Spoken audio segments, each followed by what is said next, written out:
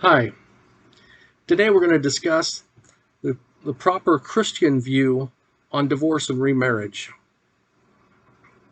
Hello, my name is Pastor Guy Gifford, and I take this very seriously. Uh, During my seminary days, I was required to write a paper on uh, divorce and remarriage with a policy statement for the church at the time, many moons ago. And I did the very best I could at the time. Unfortunately, about 7 years later, my wife abandoned our marriage and forced me to rethink or more deeply think some of the things um, that were considered in the divorce and remarriage policy statement, and it helped me have a much better understanding of this. I I wonder today if people can have a proper, full understanding without both deep sincerity to and determination to have the truth and want righteousness, as well as going through it themselves and having to wrestle with the information then themselves to determine what is the best policy in understanding these points, because it can be much more frivolous when we just do the research and study it without actually going through it ourselves and such. Um, all right. I hope you subscribe to my channel and pass along this information to others. Um, I have the policy statement before me. I'm going to look at it a little bit here to keep me on track, hopefully, cover my points. You might be able to see down here that I originally wrote it in 1994, and then I revised it in 1997, 2001, 2007, 2012, and 2017. So you can understand that I've taken it very seriously on this to understand the best understanding of what Christian marriage is and such. Very often, Christians go back and we say, well, we should be following the Jewish uh, divorce policies and such. But most people don't realize that in the ancient Jewish culture, there was actually two types of marriage. Two, not just marriage. You can't just say Jewish marriage in ancient times. You have to say the two different types of marriage in ancient times. Uh, the first type, which we typically call marriage, involved a contract, a covenant between the groom, the man, and not his wife, but his wife's family. Okay? So he would make a contract with her father and brother and cousins and the rest, uh, not with her. She wasn't seen as being able to enforce the contract herself and covenant herself. And they would put in requirements on what the requirements were for this contract. So if you believe in premarital contracts, you can say they are very biblical, extremely biblical, in fact. The typical things would involve them, would cover more things than the minimum. Okay, and so these were enforced by the father, the brothers, the cousins, the family. And if the man did not keep his end of the contract, then the wife's family could enforce it by taking him to court and getting sanctions put upon him. They lived in an agrarian society, so it was difficult for a man to simply abandon his wife because he was tied to his land. Everybody owned land, and that was their family land, and that's where they stayed. So he couldn't just get up and abandon her. That was not very typical. That would not be typical at all. All of his wealth was built into this position with his agrarian, with his farm. The wife could leave, but the man was stuck. as it were. Okay, so he didn't have to worry so much about the man abandoning the woman, except that. Okay, so that's the first type of marriage. There's a second type of marriage. You don't probably even think of it as marriage, but it was called concubinage. But it is marriage. It is when a man takes a slave girl to be his wife. Okay? There is no contract between the man and the slave girl's family. He simply takes her to be his wife. God instituted protections early on in Mosaic law to protect the slave girl from this type of marriage, and put in absolute minimums for protection in marriage. And those absolute minimums that were instituted was no fornication by either spouse, and the husband must provide his wife with food, clothes, and intercourse. In those days, it was children, but intercourse, and must not physically handicap her. Okay, physically handicapped. Now that gives a more severe statement of abuse. That's provable abuse. Okay, that's handicapping abuse. If he did break those things, she was free to leave. Now, it may not have been better for her to leave at that point, because although she was no longer a slave at that point, she didn't really have anything either. She was simply free to leave. So at that point, she was free to leave. There are some other things that were absolute minimum requirements for ancient Jewish marriage. We call them mortifying things.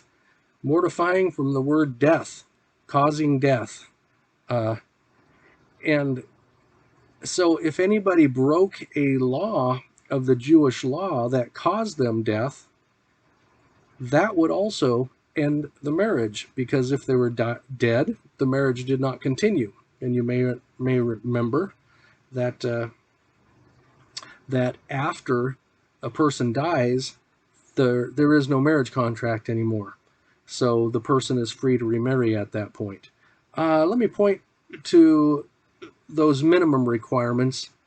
One was Matthew 5:32, and the Old Testament ones were Exodus 21:10, 11, 26, and 27, and then 1 Timothy 5:8. Okay, so there are mortifying ones. Certainly mortifying ones were, if you committed murder, you were dead. The marriage was over. Okay, bottom line. If you used recreational drugs, they called it witchcraft in those days, you were dead. Your marriage is over. The person's, your spouse does that, the marriage is over. That would end the marriage.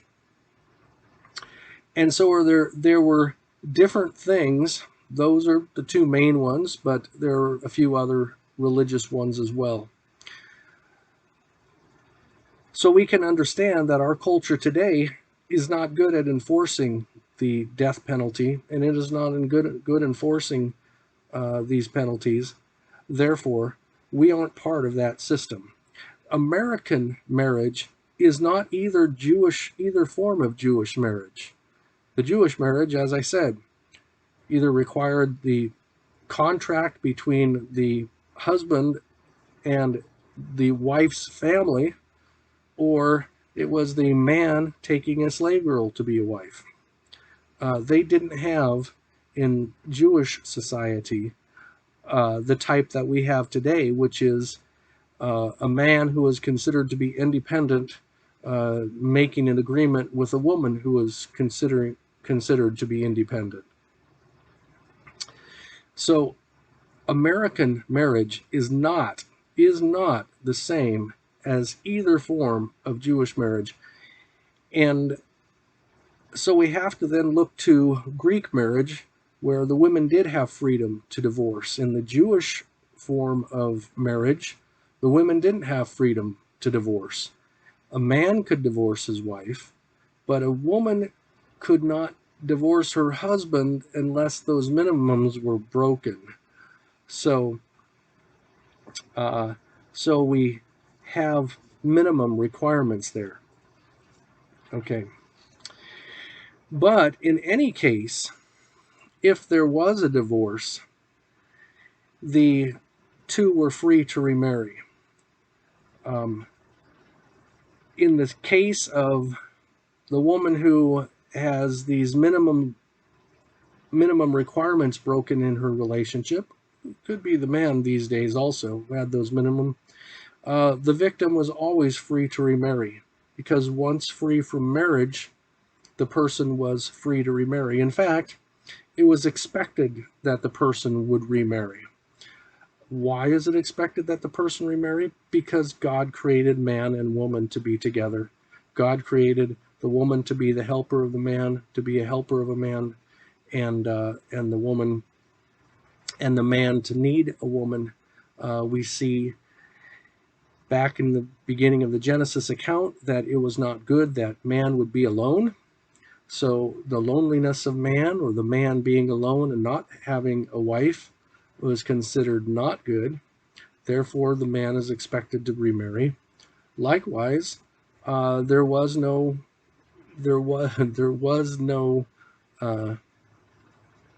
women created without marriage. That is, God created Eve out of Adam, and there was marriage. He didn't create extra women, and there was no marriage. One way to say that.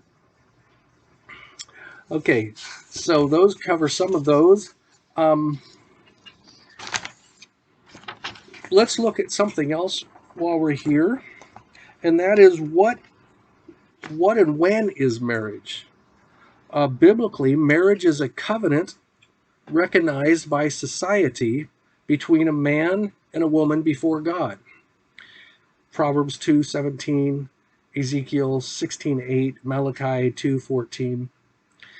And so a covenant was the highest form of agreement. Covenants were sealed with solemn oaths, promises, signs, and sacrifices, and with blessings or cursings for violating the covenant. So it was considered the most sacred form of contract. The binding power of a covenant was such that there was no firmer guarantee of legal security, peace, or personal loyalty than a covenant in the old days. That's taken from TDNT, page 158, by the way. And who could get married? A man who was invested with the proper legal authority. That is, a single man. Okay? And who did he marry? Well, he made a contract with the woman's legal protecting authority, which would be her father, her brothers, her uncles, her cousins. And then the covenant was sealed in a ceremony through promises, symbols, witnesses, and whatever else the society customs required. At that point, God viewed the man and the woman to be one flesh, one spirit and one unity. Genesis 2:24, Malachi 2:15. This was a new creation of a new family unit out of two previous family units. Note, consummation is required by some cultures to validate the marriage. Another note, leaving the father and mother and cleaving to the wife and becoming one flesh, Genesis 2:24, are not what creates a marriage, but rather this is God's prescription for a successful marriage. That is, if you want to have a successful marriage, you should leave your father and mother and cleave to your wife. In those days, the wife was also leaving her father and her mother. So the point is, both were leaving their father and mothers and cleaving to their spouse. And what severs a marriage union in God's eyes? Well, God hates divorce. God made men and women to be united in marriage. As I said before, man being alone was not good in the eyes of God, Genesis 2:18. Jesus said, "There are no longer two, but there are one. Therefore, what God has joined together, let not man separate," Matthew 19:6. Why? Because humans don't have the ability to neatly disassemble without leaving a mess. This union of two becoming one is like glue between two pieces of paper that are glued together with solid glue. In order to tear them apart, you must tear them apart. And typically, both are injured. At least one of them is injured. And God doesn't want people to be injured. That's not the point. God allowed divorce, as it says Moses allowed divorce, because of hardness of heart. God doesn't want us to have hardness of heart. We are not to be divorced. God only gave allowed divorce because of hardness of heart out of a blessing to the women, to the woman. Because God hates the hardness of people's hearts. But he was trying to allow the person to move on with life and not have to suffer being in a hated marriage. In the end of Proverbs, if I have it here before me, I know it's in this paper somewhere, but there we are. God allowed divorce out of compassion for the unloved spouse. Proverbs 30, verses 21 and 23. So divorce was permitted because of God's compassion on the unloved spouse.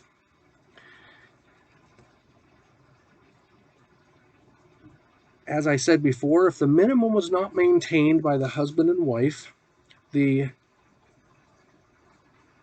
families could take it to court, and they could have the court adjudicate this with consequences. And the consequences, say the wife was not being treated properly or such. The consequences, because the man is an agrarian society, he is tied to his land, he is tied to his community, he's taken to court, and the community then decides that he is in error, then they can hold him accountable. And if he doesn't treat her properly and do what he's supposed to do by his wife, they could throw him out of the synagogue, their community meeting place. They could cause economic sanctions on him. They could boycott his products or goods. They basically could make him destitute or make his life very hard. If he became destitute, he could become a slave. And thus the consequences to the man were very severe if he didn't clear things up and act right. For most men in this situation.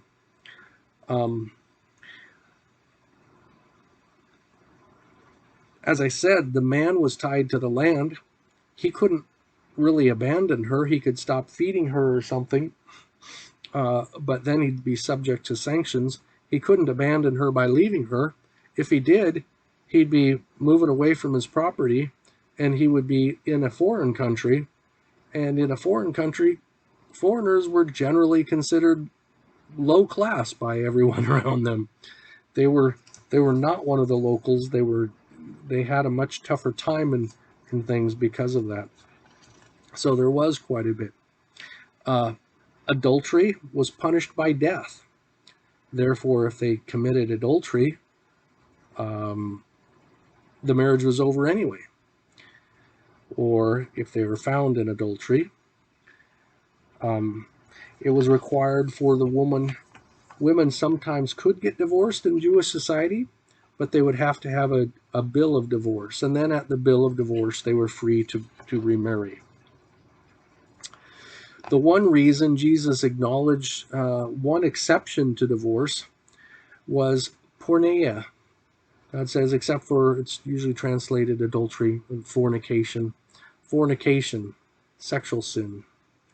The exception clause is sometimes brought out. Well, it's not included in all of the passages about marriage. The exception clauses are found in Matthew 5:32 and Matthew 19:32. That means when if a person divorces except for fornication, then he causes his spouse to commit adultery. Okay, except that's the exception clause. It's not found in all of them, but in studying it, the point is there. The other passages that don't include it, they're not necessary to understand this. They're not necessarily talking about the full explanation of everything, and they're not the most full teachings on this.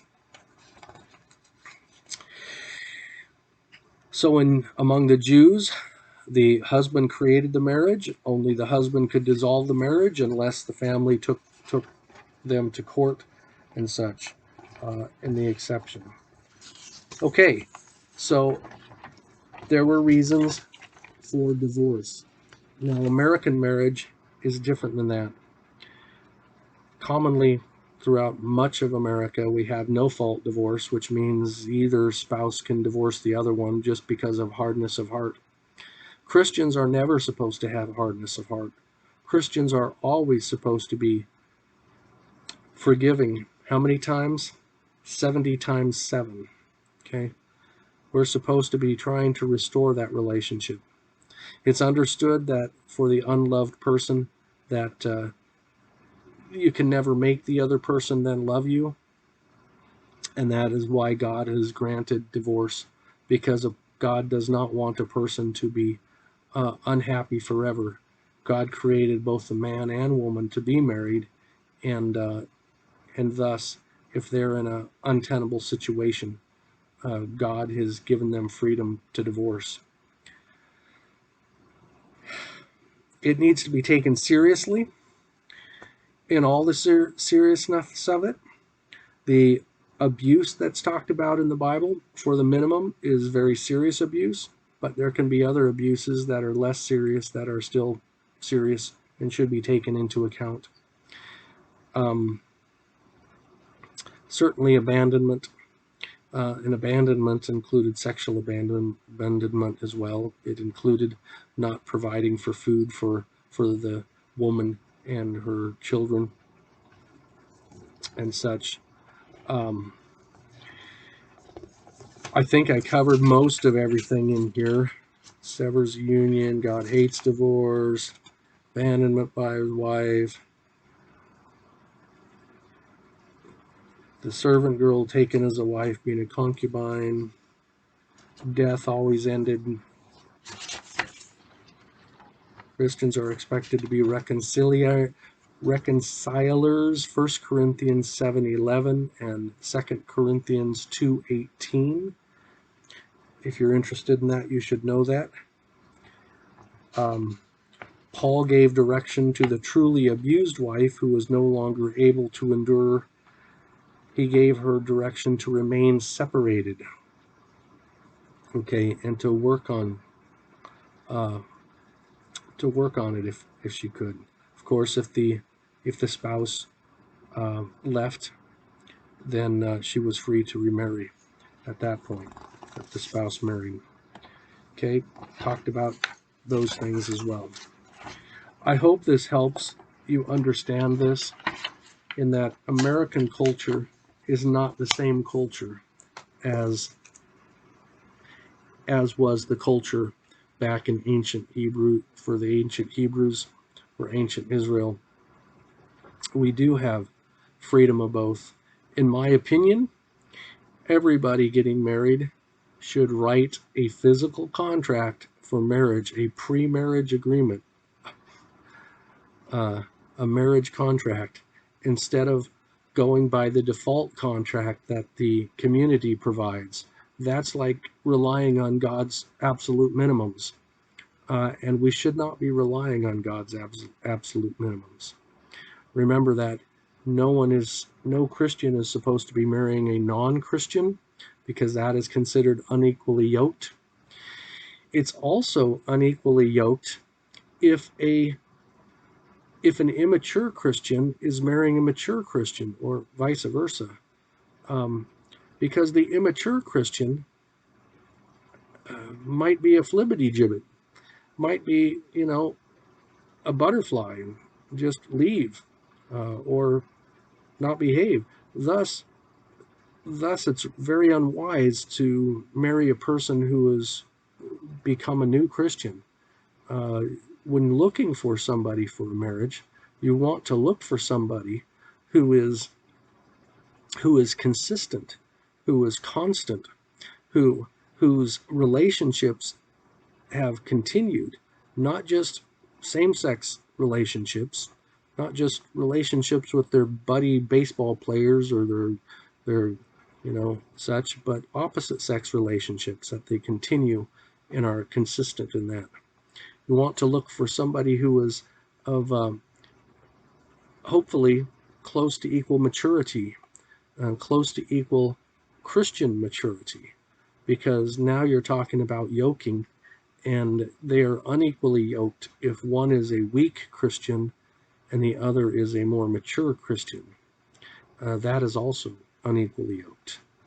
And one thing that should be looked for, especially for men picking a woman, is look for a kind, a woman who is kind. Because you don't want to pick somebody who is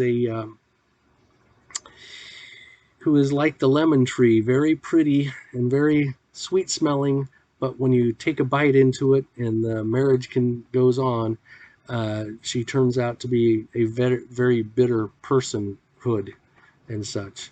One of the other good advices I've learned is that when looking for choosing a man or woman for marriage, women are bad at picking men for marriage because they cannot see into the character of men. And men are bad at picking women for marriage because there's a typical nature of men having difficulty looking into the character of a woman. Therefore, when picking someone, you really need to go to the wisest person of the opposite gender as yourself to get advice to whether this person is a quality person or not, because females can read females.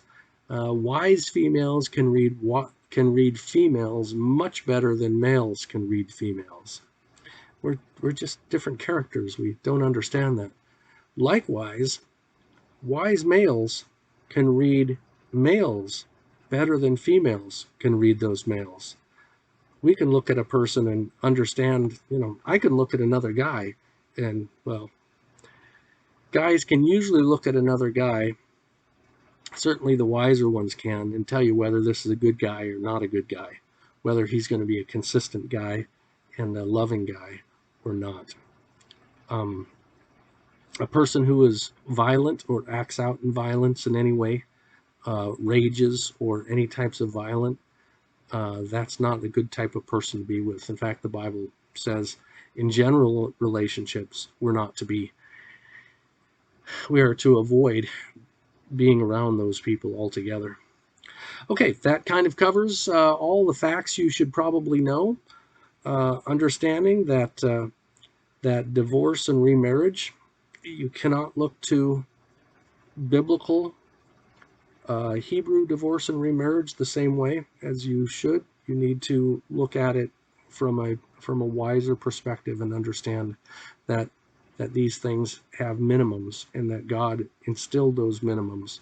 But we should not be setting ourselves simply for minimums. We should be setting ourselves up for higher than minimums. Hopefully not Superman high, sky high, rocket ship high requirements in that contract. But nonetheless, we should be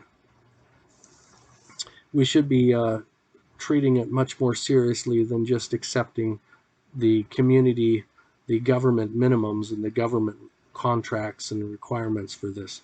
It's foolish to go by those.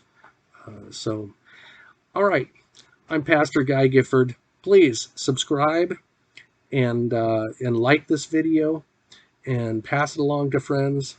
I plan to have more videos on other theological subjects, other important subjects that that hopefully you will benefit from as well and be able to see things on a deeper level. God bless you. See you soon. Hi, this was Guy Gifford, Pastor Guy Gifford. If you like this video, please subscribe and like it. And I'm trying to build this channel. Also, coming up on the screen here, there should be the picture, the link to a more complete understanding of this episode to understand this further. Take a look at it. It should fill in a few more of your details for you. God bless. Keep following him and trying to walk in righteousness. You're great.